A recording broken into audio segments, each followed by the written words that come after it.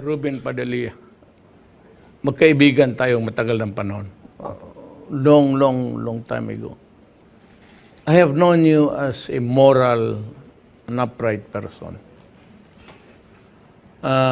Meron lang kasi akong naririnig ng mga isyu na matagal na. Kung baga basura na to with the passage of time. And the case itself, alam mo yung paghuli sa iyo ng illegal possession,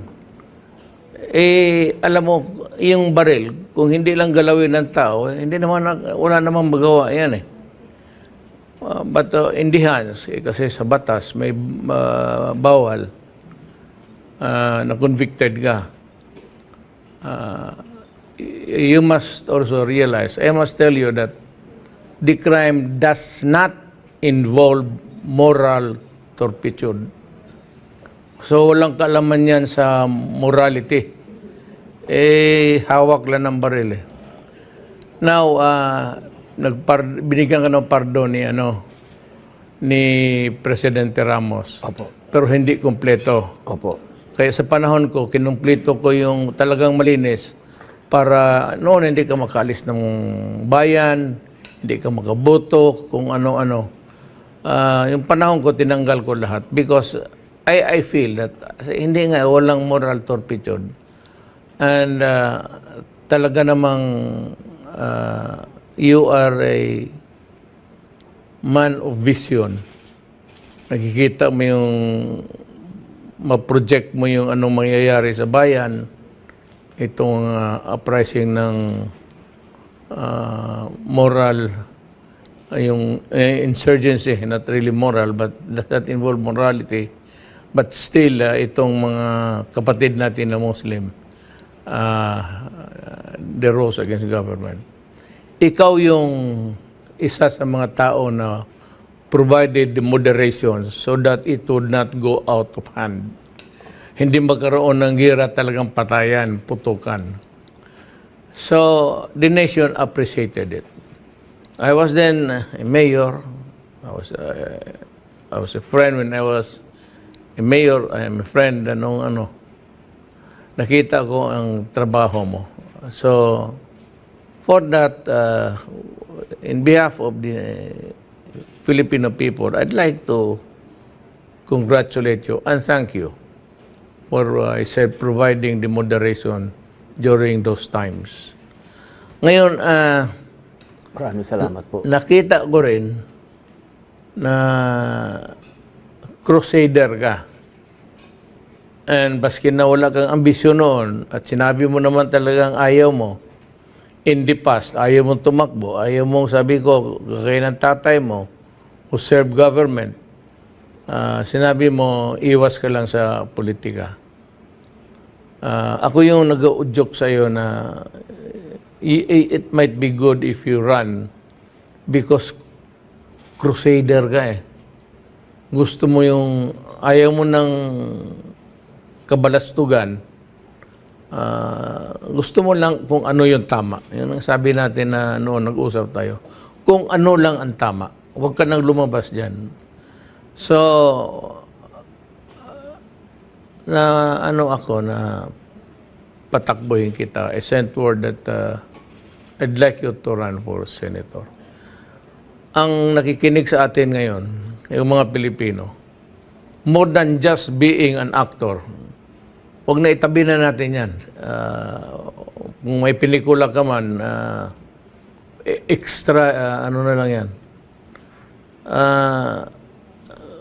Ang hangarin mo sa buhay maganda para sa Pilipinas.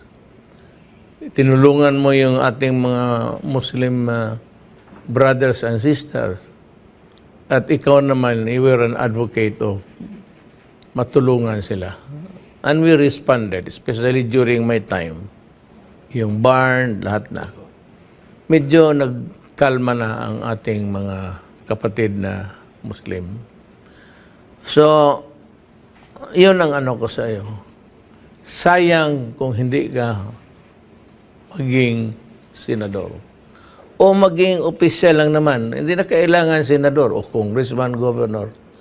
Because sa buhay mo ngayon, parang tapos ka na dyan sa acting-acting, gusto mo yung totohanan na. So, yun ang gusto ko, na bigyan mo buhay yung mga pelikula mo. Pelikula lang yun, hindi naman totoo yun eh. So, bigyan mo ng buhay yung mga characters na where you played as the lead role in so many films. I want you to breathe life yung mga karakter na nagawa mo. So, I would like to ask you, sagutin mo lang ako para malaman ng Pilipino, yung ano ang tingin mo itong sa continuation of reform agenda. Kasi droga, corruption, katiwalian, yung kidnap or ransom, kidnapin nila, patayin nila yung hostage, yung mga ganon. The famous case yung kay Evangelista, yung car dealer na gusto nilang bumili pala ng kotse, ay parang kunwari, yung tinesting nila, ay yung pala, yung mga ano yun sila, mga hayop na mga, kinuha nila yung kotse, pinatay nila yung si Evangelista, sinunog pa nila. So nakita natin sa TV how a father in agony and in grief sa anak niya. Pero yung nagpatay sa anak niya, patay na rin. Wala na yun. So, almost erased na. So, itong mga dumadating ng ano, marami akong agenda, peace and order, pagpatuloy mo yung, kung ano, ipagpatuloy mo ba yung sa peace process natin sa Mindanao. We are through with Barn, but we are not yet through with the talking to the MNLF, Opo. si Ms. Suare. Ms. Suare is, he is only asking that they be given a minimum sa hiningi nila. So, itong Yung bill po talaga, napakaganda po nun, Mayor, yung bill po. Oh, yeah, yan. So, can I ask you to talk about these things para sa nakikinig sa atin? Una po, Mayor, totoo po yung sinabi po niyo na wala po talaga akong plano pumasok sa politika. Nagkaroon lang po ako ng matinding paghanga po sa inyo, Mayor. Nakita ko po talaga na kaya po talaga basta may magaling na leader. Ang gusto ko po talaga ay maituloy po lahat yung naumpisahan po ninyo, lalong-lalo na po yung law and order. Yun po talaga, nakita ko talaga na kapag ang isang bayan ay may law and order, pwede po tayong umunlad. At yun po ang nakita ko po talagang priority po ninyo na ibinigay nyo po yan. Kasi yung iba pong napansin ko lang po matagal na rin po ako sa peace process, Mayor. Napansin ko po, laging half lang ang pagtingin ng mga naunang namuno. Pero kayo po, talagang ibinigay nyo po ang kamay nyo po sa kanila. At natutuwa po ako, itong mga kapatid po nating mga Muslim, sa matagal pong panahon, Mayor, ngayon lang po sila nagbigay ng wholeheartedly, buong puso nila sa isang presidente. Lalo na po nung sinabi niyo po na nagkaroon talaga ng historical injustice sa mga Bangsamoro at binigyan niyo po sila ng pride pa nung sinabi niyo po nung isang beses sa inyong speech na sinabi niyo na si Lapu-Lapu ay isang tausog. Binigyan niyo po talaga ng pride ang mga Bangsamoro. Tumaas po ang kanilang pagtingin sa sarili nila. At Mayor, kayo lang po ang nagbigay ng pride sa lahat ng Pilipino, sa buong mundo. Hindi ko po, kwento lang po ito. Pagkatapos niyo po akong bigyan ng absolute pardon, nagpunta po ako ng Australia. Dala-dala ko po yung absolute. Pagdating ko dun sa immigration, lagi pong mainit sa akin ng immigration eh. Pag nakita pa lang po niyan yung background, tatabi ka na niyan. Di tinabi po ako. Where's your papers? Sabi nung immigration eh. Well, I was given a absolute pardon. Sabi ko, binigay ko po yung absolute pardon. Nakita nung Australiano yung pirma nyo, Rodrigo Duterte. Oh, I'm a fan. Sabi niya, pinakita ko pa po yung picture natin dalawa. Tuwan-tuwa po yung immigration officer na puti. Kaya sabi ko, ganun po ang epekto niyong ibinigay sa mga Pilipino, Mayor. Nagkaroon po tayo talaga ng pride tayo na sabi ko nga po iba talaga pagka yung leader natin, talagang strong leader. Yun po yung mga gusto kong maituloy, Mayor. Kasi sa totoo lang po, masakit man pong aminin ko na nalulungkot po ako na matatapos na po yung termino po ninyo, Mayor. Kasi nasa inyo po binigay niyo po sa mga Pilipino yung pag-asa. Kaya po nung sinabi sa akin na sige na, tumakbo ka na, hindi na po ako nagdalawang isip, Mayor, kasi sa totoo lang po, kung maitutuloy-tuloy po yung inumpisahan ninyo, lalo na po sa BARM, ito pong plano nyo po kay Chairman Nur Miswari, at ito pong NTF LCAC, yun po talaga ang daan para umunlad ang Pilipinas. Pag nawala po itong mga rebellion, yan po kasi ang humaharang sa atin, Mayor eh. Kasi ito pong build. Naalala ko po si Ramon Ang. Sabi niya, kayo lamang daw po ang Pangulo na nagkaroon ng political will. Ito pong ginagawa nilang Skyway. Dati daw po nilang plano na yan. Pero, tuwing kakausapin po nila yung mga local mayors, pinahihirapan nila. Pero nung kayo daw po ang nagsabi na hindi, matutuloy yan. wala daw pong umangal na mayor. Yung pong ganong klaseng leadership, mayor, ang gusto ko pong ituloy. Sige po, maganda yan. Opo. Hindi naman kailangan na, wala yan sa tapang-tapangan. Prinsipyo lang yan. Opo. Sabihin mo lang na ito yung trabaho ko, ipagpatuloy ko, kasi nandyan na yan, inumpisahan na ni Duterte.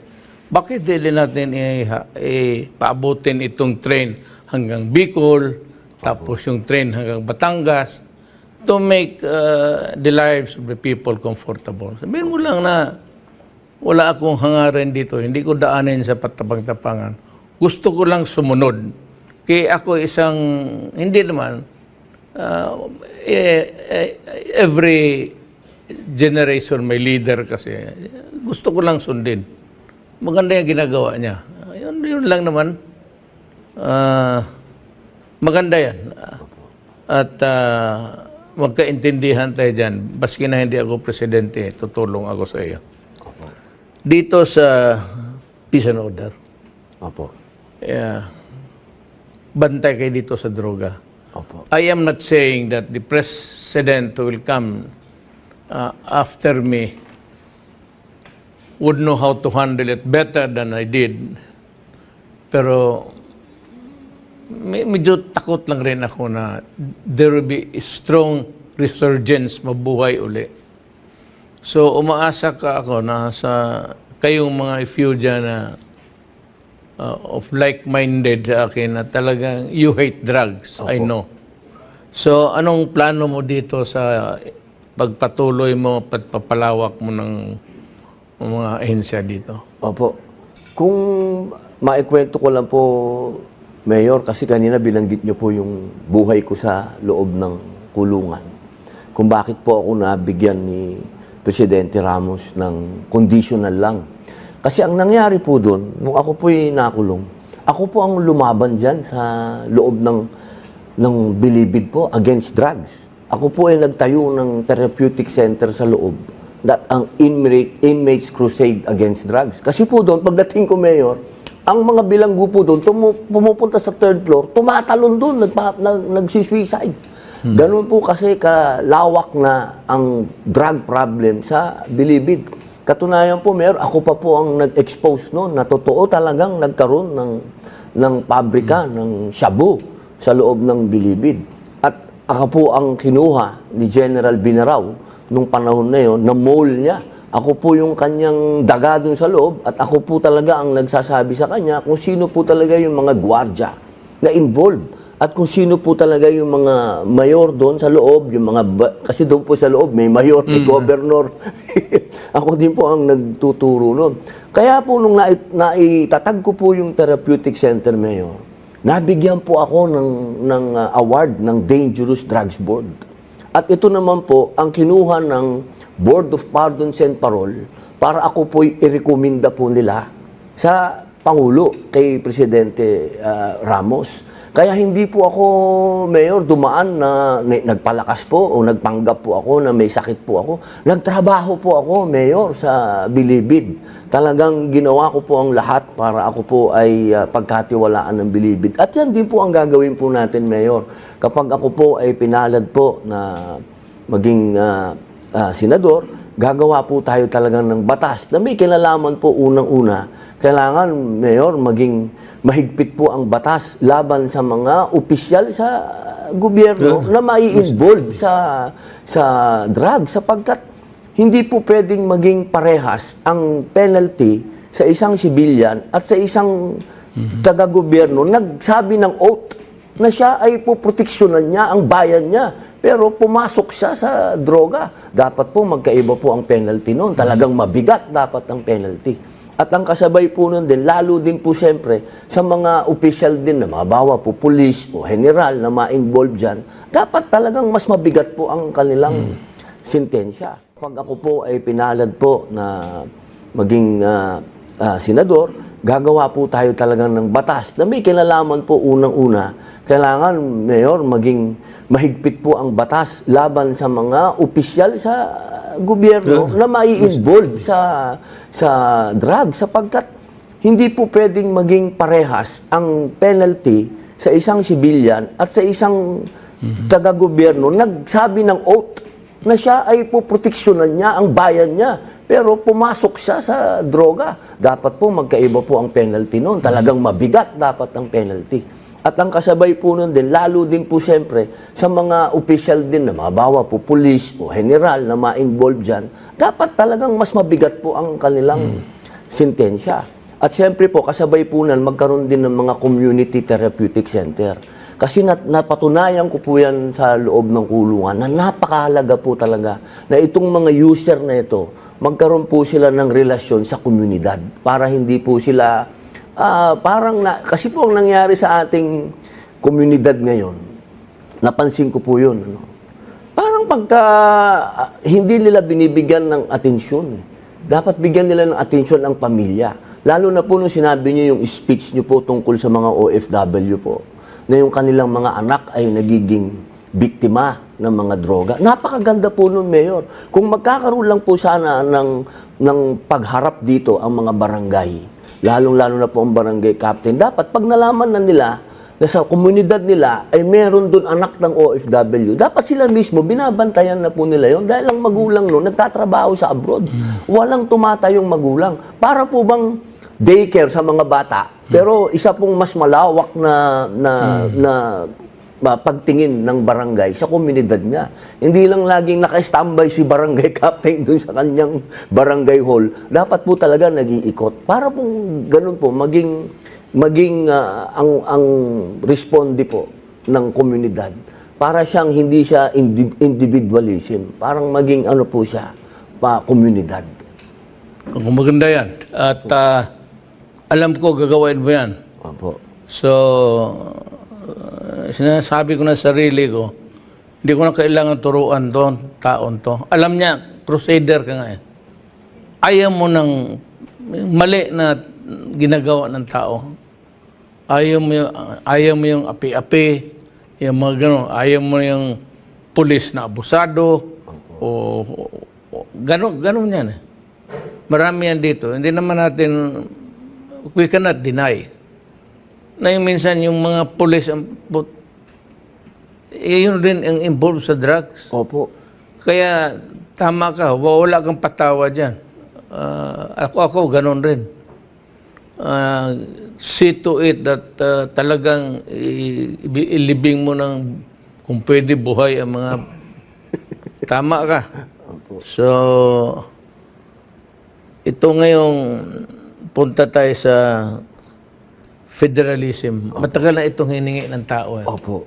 Hindi lang maglusot, hindi lang kaya talaga kasi alam mo na, ayaw mag-give up ng power. Kung ang federalism, yung powers will be downloaded doon sa mga LGUs. Nandito sa taas, lalo na yung presidente, pati kabinete, ayaw. Ang polis naman, hindi kasali dyan, pati militar, trabaho nila yan. Pero itong mga nasa taas, presidente o yung Congress, somehow, yung mga ibang powers nila, mapupunta yan sa federal units. Kaya ayaw nila. So, 6 years yan. How would you convince the nation of the benefits would far outweigh yung mas maraming maganda kaysa mali doon sa federalism. Ako po, Mayor, gagayahin ko lang po yung ginawa po ninyo noong 2015. Noong 2015 po, kasi naikwento ko nga din po sa iba yan. Sabi ko pa, tinatanong po nila, paano ka ba napalapit kay Presidente Rodrigo Roa Duterte? Ikinuwento ko po sa kanila. Sabi ko, bukod sa magkaklase ang Kuya Robert Padilla ko saka si Presidente, may isang pangyayari sa buhay na si Presidente ang unang-unang nagpalaganap ng federalism. Nung narinig ko na yun ang gusto ni Presidente, ako mismo nagpunta sa Davao. Minit ko si Mayor Rodrigo Roa Duterte, ipinangako ko sa kanya na ako po susuportahan ko po kayo. Yun po ang gagawin ko, Mayor. Kahit po halimbawa ako po ay manalo na, o anuman po ang mangyari sa akin, manalo, matalo, gagawin ko po yung ginawa nyo, umikot po kayo sa buong Pilipinas at pinipreach po ninyo ang federalism doon sa grassroots. Kasi yun po ang ginawa po ninyo, pumunta po kayo sa malalayong lugar at ipinapaliwanag nyo po doon sa mga, talaga pong mga tinatawag po nating nasa ground. Mayor, ako po, sa lakas po ng social media din po ngayon, ngayon po, meron po tayong 5 million na followers. Kung aaraw-arawin ko po yan, at patungkol sa federalism, ang akin pong sasabihin, naniniwala po ako na maiintindihan po ng mga Pilipino na lumang-luma na itong unitary form of presidential government, no? Na ito po ay, kinukwento ko nga po sa kanila 1899 pa ito, panahon pa ito ni Emilio Aguinaldo. Noong siya'y sumumpa sa Malolos, unitary na po tayo, parliamentary nga lang. Pero noong 1946, naging unitary presidential form na po tayo. Magmula 1946, sabi ko. Ngayon, noong 1987, akala po ng lahat, noong 1986 revolution, dahil si Marcos po kasi, si Presidente Marcos po, naglagay na po siya ng unitary, pero parliamentary. Naging unicameral na po tayo. Ang lahat po ng, sabi ko nga po sa mga nandun sa kabilang kulay, sa mga dilaw, sabi ko, alam nyo, nagkaroon naman ng kamulatan nung panahon ni Presidente Marcos dahil sa parliamentary na tayo noon. Kaya wag ninyong sasabihin na hindi naging daan yon para sa people power. Pumasok lang rin sila kaya hindi natuloy. Oo nga po Kung matatandaan po ninyo, Mayor, pati po si Doy Laurel, nung panahon na yan, kasama po yan ng tatay ko na assemblyman po yung tatay ko. Sila na po yung nagtutulak ng federal. At yan din po ang pinangako nila kay Normis Wari.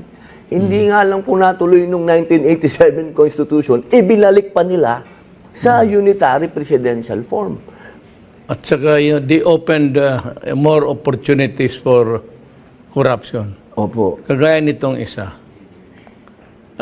Ang balak nila noon, the purpose was to equalize or democratize the powers of government.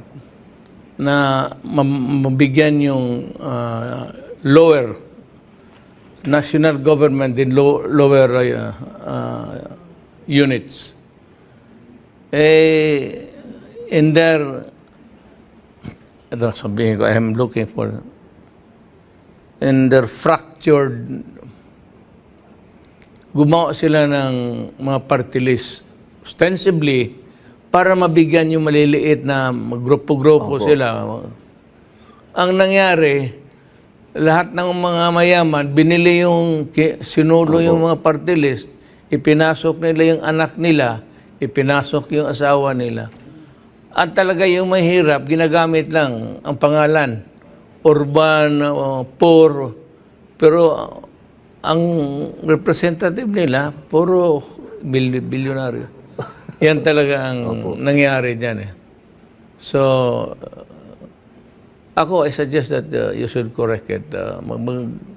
During your time, sabihin mo lang, panahon na siguro na ibahin natin ang Constitution, patay ito itong graft and corruption, it would be easy for them to, pag nandiyan ka na sa Senado, malaman mo na. So, malaman mo talaga. So, hindi ko na lang pag-usapan niya kasi dumaan rin ako ng Congress. Ayaw kong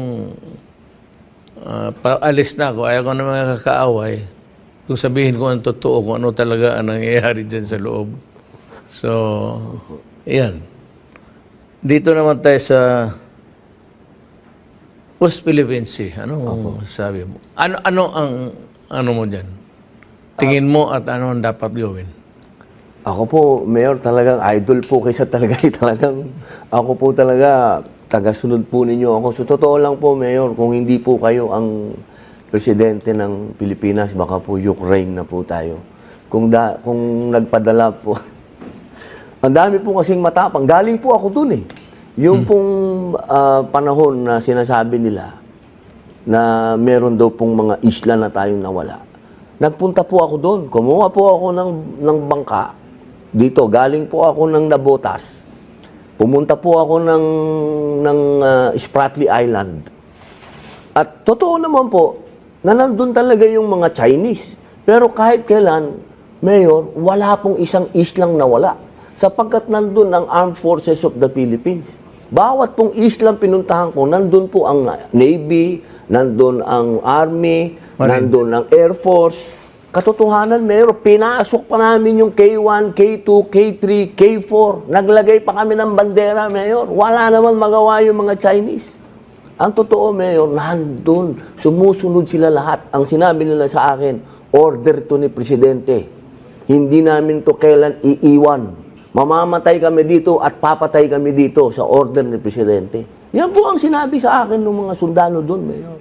Kaya lahat po nung sinasabi nila na puro kasinungalingan, sabi ko, eto, panoorin nyo itong dokumentary ko nang makita ninyo na puro kayo walang alam. Hindi nyo alam na tayong mga Pilipino pa rin ang siga doon. Okay na yan. Yung fervor mo. Total, ganun lang naman talaga. Huwag tayo magkagera. Talaga wala tayong laban. Opo. Pag move out mo pa lang dyan sa Palawan, ubos na tayo. Hindi ko wag mong ninyong pasubo ang Pilipinas. Hindi talaga kaya. Opo. Kaya mga sa atin, may Ukraine, Russia. Ipulpugin lang tayo. So, kaibigan lang tayo. There is always a time for everything. Lahat na pangyayari itong sa mundong ito, may panahon. Hintayin lang ninyo, darating rin yan. So in the meantime, just be friendly with China. At kung may magwa, kita mo yung Binondo Bridge. Opo. So walang nagawa. Baski yan na lang eh. Maganda na rin yan. Inaugurate ko kahapon. So papasalamat ako doon sa China kasi hindi naman masama magpasalamat ka sa nag-COVID tayo dito, kinuha ko si Galvez. Sabi, ikaw at ikaw lang ang, kasi kung binadaan ko yan sa iba, corruption. Sigurado, walang bakuna. Kung ikaw lang, you answer to me alone. Yung trabaho yan, you do it alone. O nagharap kami, sabi niya, wala man tayong bakuna. Sabi daw, maghintay tayo. And it was China. Opo. First 2 shipments natin siya. So, pasalamat ako. Hindi naman masama na magpasalamat ka sa magandang asal na ginawa. Papakit. Pero sabi, as a matter of principle, hindi talaga namin iiwanan yung claim namin. Because o sila Duterte noon, sila Ramos, they have no right at all, pati kami, to relinquish the claim na, sige, wag na lang para walang gulo. Hindi namin pwedeng gawin yan eh. Baski na papaano, maghanap ka ng paraan, short of going to war, because hindi talaga kaya, pagkaibigan na lang at hintayin na lang ang panahon. Mayroon ring dadating dyan, tingnan mo. Opo. So, it might be ewan ko lang kung baka may spill over itong sabi ko, tignan natin. So, malangan, ano kung Tagalog, we just continue to pray that there will be peace in this part of the world and that it would not involve us in a bloody conflict of war.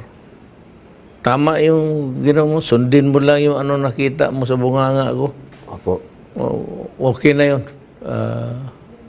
Sana At least nga po. mayroon ka ng may guide ka na. Opo. Kung hindi, cellphone lang naman, tawagan mo ako. Ano ba ito dito, address? Pwede ba itong gawin natin? I could give you, as president, may access ako kasi sa intelligence ng lahat. Opo. Sa intelligence even outside of yung, hindi ko sabihin yung sino yung one. Pero hindi nga Amerika. I mean, may mga countries dyan na nagbibigay sa atin ng ano. And it will continue sa inyong panahon.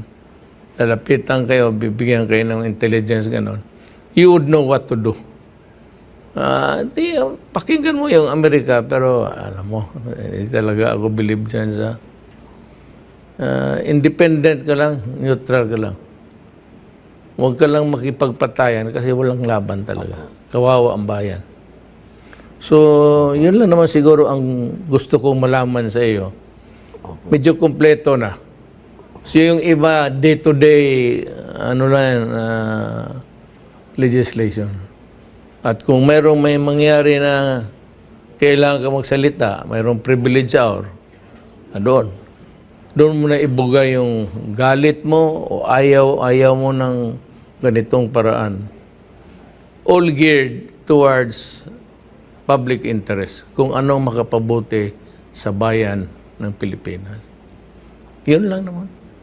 Kung nakuha mo naman lahat, so okay ka na. And kikiusap ako ngayon sa mga tao na hindi kayo lugi dito. At hindi ko mo actor to. Kalimutan mo na yung acting yung acting lang yun eh. Yung importante yung buhay siya at ginagawa niya yung sinasalita niya noon.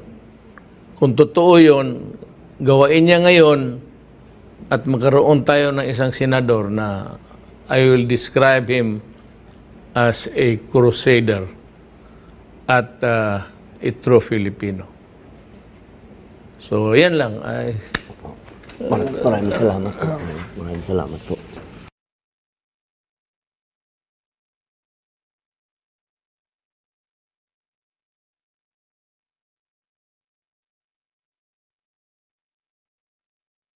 Mabuhay Salamat po. itong tao na ito. Kailangan ninyo.